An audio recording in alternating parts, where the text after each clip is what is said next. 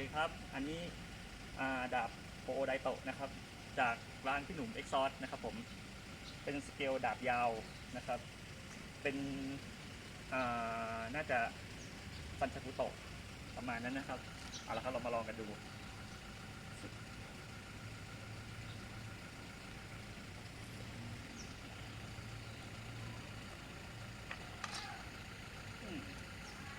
นี่นะครับความยาวของดาบ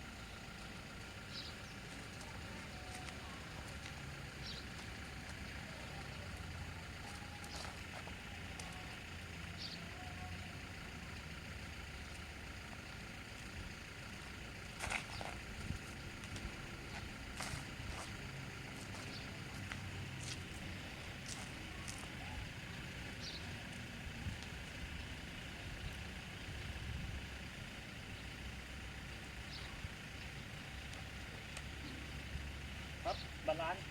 สุดยอดมากตัวนี้นะครับไม่แพ้กับของเดิมที่ทำมาเลย